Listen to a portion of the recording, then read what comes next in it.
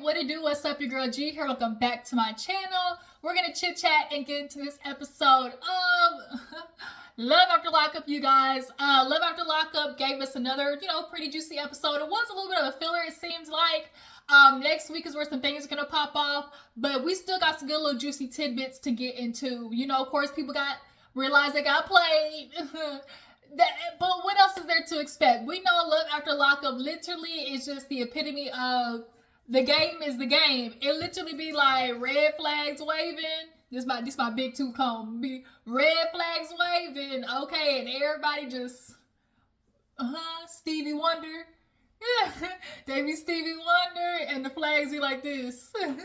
So yeah, you guys, Love After Lockup. Let's not waste some time. Let's go ahead and get into it. If you're new to my channel, I appreciate you for tuning in.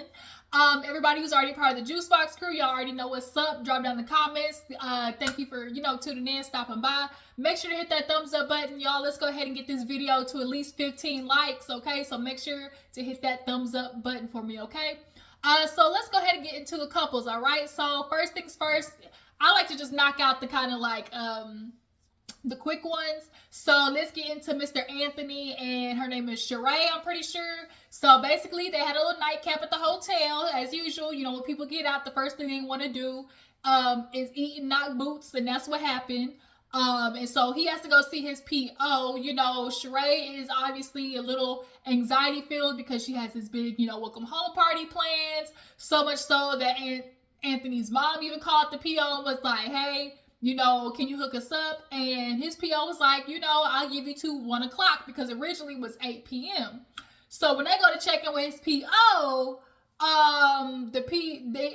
he was a no-show. They ended up getting some other woman who was being a straight old B.I., okay, and hooked him up with the ankle monitor and sent him on his merry little way. And so now everybody's like, okay, so does this offer still stand of it being 1 a.m.? I wouldn't have cared. I wouldn't have been stressing over it because what I would have said exactly what I knew that the little officer told me. That first officer told me 1 a.m. He told my mama 1 a.m. So take it up with your mammy because that's what I'm going by. That's what he told me. That's what I'm going by. So yeah, but she's all frustrated and crying. He's all cool, calm, and collected. Of course, he's like on the inside frustrated. You could tell like she's the emotional one and he's the emotionally unavailable one. He be trying to just keep it just like straight lacing forward, and she not like that. She start crying and stuff, and he's like, let me know when you're done. And she's like, I'm done.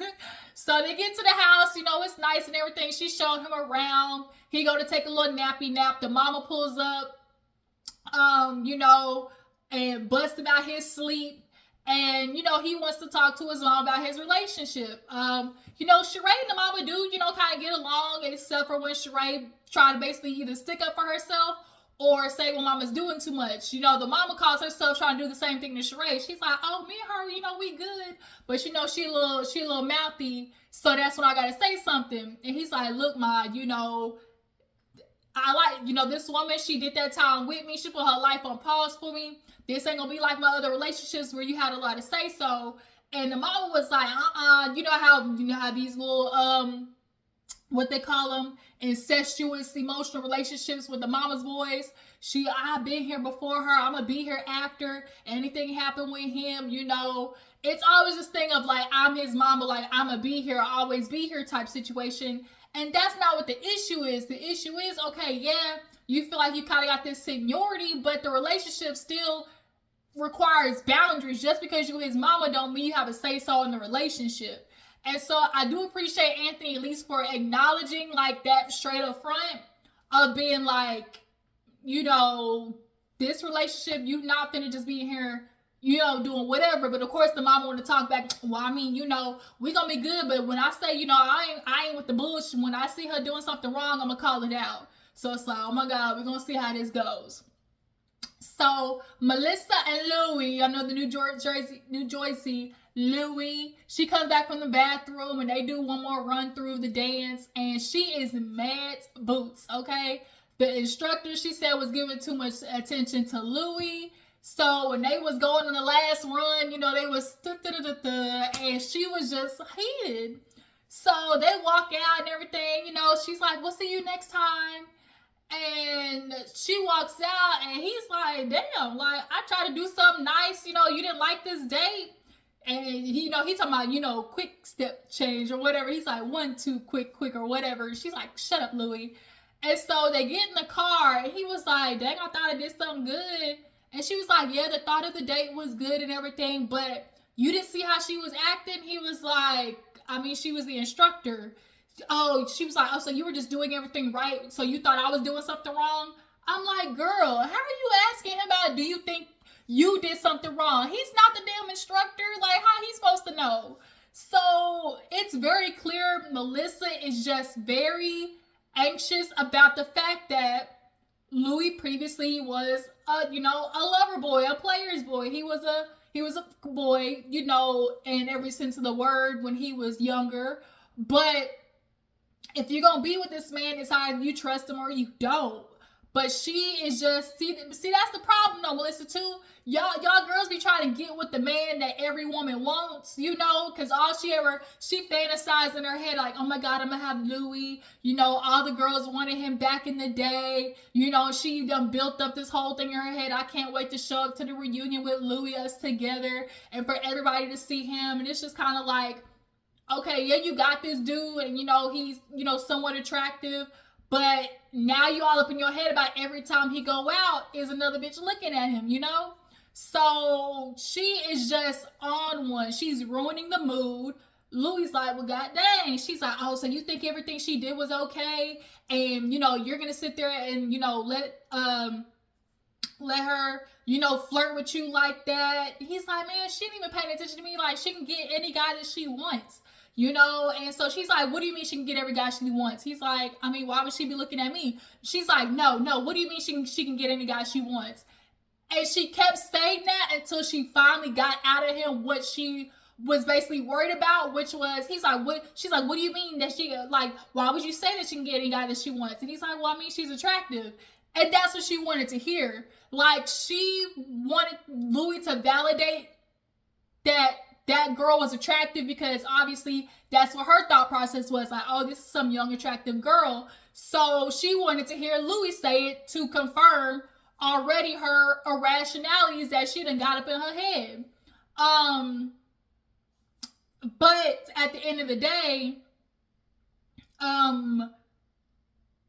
like Louie said, like, they can be saying whatever, but as long as I'm acting, you know, how I'm acting, you know, like, they're like, I can't do anything about what they're doing. As long as I'm acting accordingly, like, you can't put that on me. Like, they're doing whatever they're doing.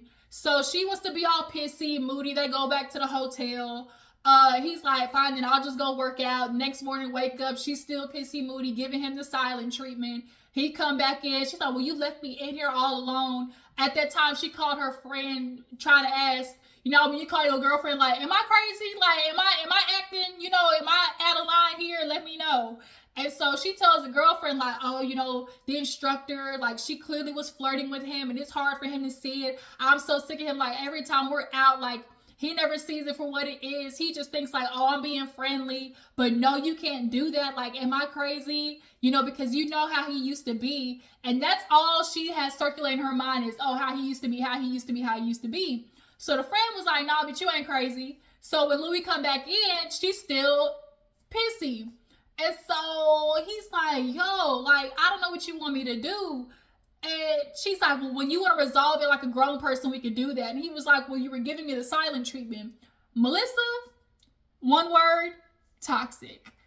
Toxic AF. She wants that toxic love where every time she gets upset, she needs her man to validate her. She picks fights to, you know, make him fight over her and to prove his love. Like, Melissa, I'm clocking you.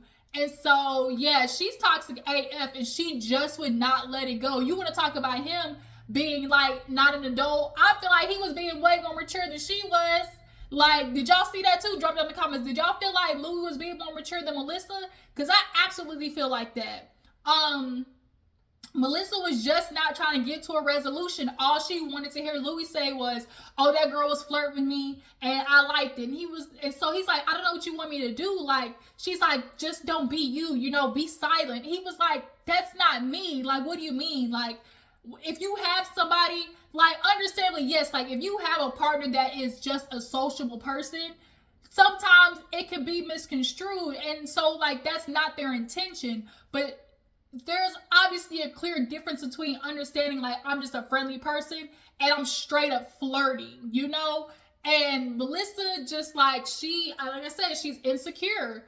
And so she drops him off at the friend Dirk's pizza place that he used to work for instead of his mama house because she's still pissed off. And so Louie's like, "Dang, like, you one of the people that when you just irritated, everything pissed you." She's like, "What do you mean?" He's like, "Literally everything is agitating you right now." And she's like, "Yeah, Louie, like, oh, so it's just all my fault, right? Like, you're the perfect one. I'm the one that's going crazy." And I was like, "Yo," and Louie's like, "If she's acting like this now, like, when I leave, what's up?" Oh, and then, no, I am pissed off when she put that shit with Louie. I felt like that was so effed up. When they were in the hotel and he was like, "You're just gonna have to trust me." She's like, "Why would I trust you? You were in prison for 10 years. Or, like, you were in prison. Why would I trust you?" I was like, no, this hoe did not just say that. For real? Like, when she said it, I felt like, ugh. And then he was like, "Oh, like, it's clear, like, you just want control. You want a relationship where you can control stuff. It was good when I was in prison and, you could tell where I was at." But he's like, think about it from the other side. I'm in prison and you're out. Like, I don't know what you're doing. But so I was like, no, this bitch didn't just say that like that. But yeah, he goes to Dirk's, he flipping pizzas like he used to and whatnot. Um, and the friend just basically like, "Louie, I want you to have a job here. I'm just glad to see you got your shit together. I remember when you was falling asleep on the oven." Like, you can't be falling asleep on the job because you cracked out, bro. He on them drugs. Okay. Shout out to Bell Collective. He was like, "Of course we kind of knew what you were doing, but not to the extent." And they just kind of teared up. And I really like Louie, y'all. I really feel like Louie is one of those guys that is truly trying to get his shit together. And Melissa, girl, you gonna push him to be that nigga that you don't want him to be. You so worried about him being a ladies' man that he's finally gonna get to a point where it's like, well, if you gonna keep butting me for being there, or I'm gonna constantly be the bad guy, all right then, I'll be the bad guy. Like, that's where I feel like this is about to go, Melissa, so you better stop it. So moving on. Joy and Red, she's going over to see him with the mama and the sister. She's still in a weird mood because she's feeling some type of way about the sister coming after her, about the cheatations and whatnot. So on the way, they're sitting there talking, and the mama's like, "Well, do you know about him, the ladies and the money and whatnot?" She's like, "What do you mean?" She's like, "Yeah, like, he would have ladies basically send me money, like, to send to you." And he was like, "Oh, send it to Joy." So, Joy, you thought you was getting money from your man. He was providing, but really he was scamming these other brides so he can take that money and send it to you. Like, that's what these niggas do in prison. So the thing is, he gotta be telling these girls stuff in prison to get the money, point blank, period. That's how this works. That's the game. The game is the game. I tell you what you want to hear. You send me the ducats. And so he probably getting $100, keeping 50, sending you 50. But it's like, if he's telling them that stuff, like, who's to keep him from seeing the women when he get out? Like, now Joy's all concerned and stuff. The sister, she talking about, she asking questions about Joy and everything. And Joy are like, I think Joy is easily triggered because one, she's like, "Oh, I just want his family to accept me and, to like me."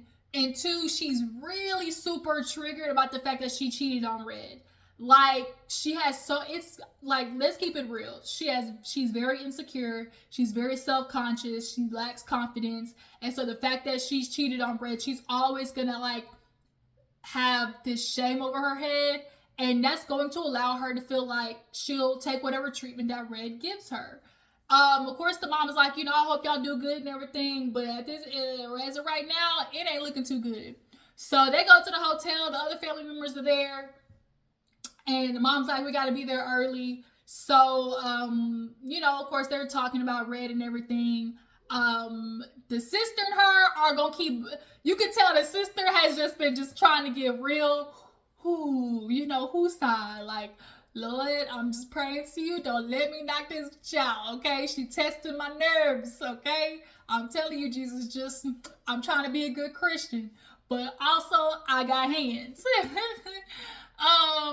So yeah, the sister was just not on it for Joy, but I can tell for her brother, she's trying to keep it PC. Joy, all she wants to do, she's just crying every 5 minutes. I just want it to be perfect, I just want it to be so good because it's all the things that we talked about. He's gonna be a father and a potential husband. I want him to provide and all these things that I built up in my head. And it's like, this is always what happens. It's the fairy tale that women build up in their head. And you don't be looking at reality. Like, reality is where you always gotta stay, not in this Delulu land of fairy tale. And it's finally hitting her like, oh my God, like, what if he can't handle it? Because when he gets out, it's going to be a big change. He is going to have the responsibility of taking care of a woman and, a boy that he's claiming to be his son and all of those things. Like, it's going to be a lot. And I think now Joy's it's finally clicking to her like, oh shit, like, okay, but I still love this man and I want, things to be good and I want this, everything that he's told me to be true and all that shit. So they basically go to the prison and they wait for him outside. And the sister was like, is this the first time you seen Red? And she's like, well, yeah. She's like, I tried before, but, I didn't have the funds. And they're like, in 7 years, you ain't seen him, but you can send him clothes and shit like that. I was like, nah, all right, sis, now. Like, you're mad that she's got money. Like, okay, having money to send clothes and having money to spend on a flight and then a hotel and then a rental car, those are two different things. And Joy be not here for it. She be like, what I do with my funds is what I do with my funds. And it was a little rude the way she said it, but low-key, like, yeah, bitch, like, my funds is my funds is my funds.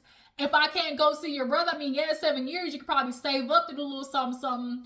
But, yeah, sis definitely be looking for holes to pop in that little bubble of joys, okay? Moving on, Bri and Kerok, she's trying to see her dad for Father's Day. Also introduced Kerok. Daddy was a no-show. She called... He gave her a no-call, no-show. And if when you on the job, that's all grounds to get fired. And so Bri is just crying because it's like, damn, I finally with somebody who loves me. And, my parents are not accepting my lifestyle. Kerok is doing everything to be there for her. She has the prison mom who's doing everything to try to be there for her. But she can't take it. She's like, I'm feeling like abandoned, Kerok is everything to me, has been there for me. And my dad...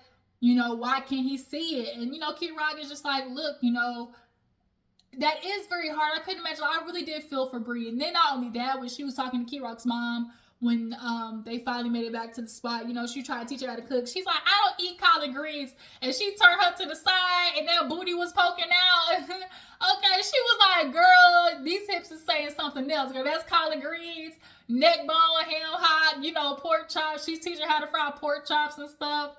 But there was a very, vulnerable moment that I love seeing with Bri and Kerok's mom because they're very close. And she revealed that, obviously she's like, I didn't really necessarily have a, close relationship with my mom growing up. And, I kind of was a black sheep. And so I, dealt with a lot of just kind of like exclusion from them. And so, they would always keep me from things, and that made me want to go out even more. I couldn't play at the park, so I said I was going to the movies, went to a friend's house, and she ended up getting, abducted and assaulted by 3 boys. They did her dirty and left her with a broken collarbone in a ditch. I could not imagine that pain. And she didn't tell nobody. She's like, I held on to it because that unfortunately is one of the biggest things, especially about being a female. If something happens to you sexually, the first thing that most parents do is, that's what your fast ass get. What were you doing, in the first place? They would have blamed her for being there in the first place instead of actually being there to confront the fact that 3 men took advantage of her, or like 3 boys took advantage of her, broke her collarbone and left her in a ditch. They would have looked at her like, that's your fault. Like, you shouldn't have took your ass out there. Like, you were probably out there being fast. Like, all of these things. And like, I really hate that for little girls who have to deal with that. because especially if you're a girl that's developed, you know, and you don't have like a mom, a parental figure to help you through those things and to talk through, you know, your sexuality and have those healthy type of conversations, you're always the insinuation is going to be that you were out there, you know, being fast. You were out there slutting it up. And it's really unfortunate. But I love the fact that Kerok's mom was there for her and offered that, you know, sense of comfortability and just support. And like I loved that's probably one of my favorite Love After Lockup moments. Like I just love seeing that. So shout out to Bri. Hopefully your parents will see this and really reconsider how they're treating you, because they really are being ass. Moving on. Who else was on this episode? We had Kerok, Bri, Joy, Red, Melissa and Louie, Anthony and Sharae, and then Brittany and Anthony. I guess we on the last couple. Brittany and Anthony. So y'all, basically, Brittany hit Anthony with the I'm gonna go into the guest room. I'm not feeling comfortable, and she goes to sleep in the guest room. So Andy's just kind of like, all right then, like I guess I'll just lay over here. So he talking to the producers like, I'm just so confused, like I don't know what to do. Like all these things that we talked about on social, like through the chatting, like, you know, we even got to the extent of like talking about being fiance and married and engagement photos. Like, I'm just confused. And all Brittany keeps trying to give him is like, I'm just, you know, uncomfortable in myself. It's giving real, it's not you, it's me, you know? And she was just kind of like, I just, you know, I need to be there for myself. You know, I'm getting out and I'm really trying to adjust. And Andy, he's somebody different than I thought. And I'm really seeing a side to him that I don't think I like. Like, Brittany is playing, like, she's trying to be this nigga roommate. So she go take a shower and she's like, well, are you okay with that? And he's like, I mean, I guess I'm going to have to be. And she's like, well, I guess and yes is two different things. He was like, well, I mean, I just, you know, I'm just going to have to be okay with that. So now she's putting on him like he's messed up for expecting relationship type things, and she's trying to turn it into, oh, I didn't know Andy was this needy. He needed me more than my kids needed me. Are you kidding me, Brittany? Are you kidding me? He's needy for wanting to be relationship like with you when y'all talked about being in a relationship while your ass was locked up, and you're confused at why he's wanting to hug you and lay in bed with you, cuddle with you. Like, are you seriously trying to act dumbfounded and now put it on him like he's needy? Girl, Brittany, kick rock with open toe shoes. So they wake up the next morning and she's like disgusted, trying to put it off like, oh my God, like all night I couldn't sleep. I'm thinking about my kids, and you know, I'm really starting to realize like I'm just not ready for this. I just don't know what to do because now I'm feeling trapped. And I'm like, why are you feeling trapped? Because if you could go somewhere, like you could, but you're only trapped because you know at the end of the day, you need the shit that he's providing. And then she tried to put off like, oh, he told me so many things. He told me he was going to give me money. He was going to set me up with a car. And they do a flashback. She was like, oh, he told me he was going to give me $1,200. And so because he only gave you $500, now that's supposed to mean something. Oh, he said he was going to give me a car, help me be stable. Ma'am, he got you. There's a whole house that you're in right now. What the are you talking about? And it's only been 3 days. And you're talking about, oh, he's not offering all the things that he told me about. Are you cuckoo for Cocoa Puffs, Brittany? Like, she's really trying to put it all on Andy. Girl, no. So, she goes outside and Andy goes to knock on the door and she not, you know, responding. So he calls and she rolling her eyes. Every time, it's like she's literally repulsed by Andy. I think she's not attracted to him, first of all, mainly. Because if she was attracted to him, I don't think any of this would be happening. So she go outside. He's like, well, you know, I just want to check on you. Like, we could actually talk today and whatever. So she goes out, you know, she's like, well, there goes my peaceful walk. And so he goes outside and just is asking like, so what's up? Like, you look upset. And she basically tries to give him like, well, I don't think I could do this, you know? He's like, so what are you saying? Well, what I'm saying is like, I just think like I bit off more than I can chew. And I don't think I could do this, you know? it's just like I'm just seeing something different, and I'm just really feeling trapped, you know. Like I want my kids to understand I'm there for them, and you know, you need something from me that I just can't give you right now. And he's like, I mean, he's trying everything. He's like, well, is there anything I can do? Like, what are your ideas? Like, you know, let's just sit down and talk like how we did like when you were in prison. Like, let's chat and just get to know each other. Like, I'd planned fishing. She's like, well, you don't even like fishing. Like, that was supposed to be some type of jab. Like, he's being fake. He was like, yeah, I don't like it, but you're a nature girl. Like, maybe being out in nature will help you, you know, feel better. But she's not here for Andy. But yet, you want to sit here and play this thing of like I just, you know, I just can't give you that. But at the end of the day, like, you know, she want to be in the confessional. Like, I just, you know, I wish I had a plan B. Like, I should have planned better. I should have known better. Like, I do this all the time. So what it's giving is, you know, that you keep putting men before your kids. That's what it's giving, Brittany. That you was putting your addiction and men before your kids. And then you did it once again because, of course, you were needing Andy to hook you up with the funds while you was locked up and trying to have somebody to hook you up while you was out. But then now you realize, okay, even though I got this, you know, man that's willing to provide for me, in order to get those things, like, you made it feel like a relationship obviously was attached to it. And so now you're trying to make Andy feel crazy for wanting these relationship things that you talked about.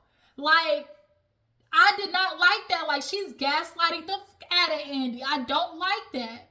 And so now she wants to sit on the stairs like, I just, you know, I'm trapped. Like, I don't want to worry my mom, you know, and I can't, you know, bring my daughter into this because I don't need to add anything onto her. Bitch, pack your bags, and call your PO and have him change your location to your mama house. Because like Andy said, I'm not looking for a roommate ship. And that's what it's giving real. It's giving real. You trying to stay in this house rent free and let Andy take care of you while you still be off ducking and dodging who knows else. But you want to keep him in your back pocket too for when you need some stuff because you feel like he's done enough to give it to you. Like, Andy, you got played, my nigga. You got played. I hate that for you, but Brittany, girl, you ain't shit. Like, that's all that. They like, girl, Brittany, you really trying to put it off on Andy like he the problem. Oh, he's just somebody I didn't think that he was. Oh, for real? I put all my eggs in one basket once again. You know, and I'm just trapped. But like, I just really don't want to do this, but there's nowhere else I can go. Andy, call your boy up and say you fucked up. That's all I can say. Get her shit switch back over there because she gonna keep playing you. Okay, I'm just letting you know right now. She looking at you like you some dud that is gonna be her bank for while she trying to figure out her shit. So yeah, Andy, I feel bad for you because Brittany ain't budging. Girl, you ain't shit. That's literally all the words I keep thinking of. Like, bitch, you ain't shit. So yeah, you guys, that was Love After Lockup. I'm pretty sure that was all the couples. I don't think I missed anybody, but yeah, Love After Lockup. Y'all tell me how you feel about Brittany and switching up on Andy. What do you guys feel about Bri revealing her story and her dad not showing up? Do you guys feel like Melissa is the crazy one in the relationship? Yeah, I feel like I'm missing a couple, but I think that's it. So I appreciate y'all for tuning in. Follow my Instagram and Twitter, and I will catch you guys later. Deuces.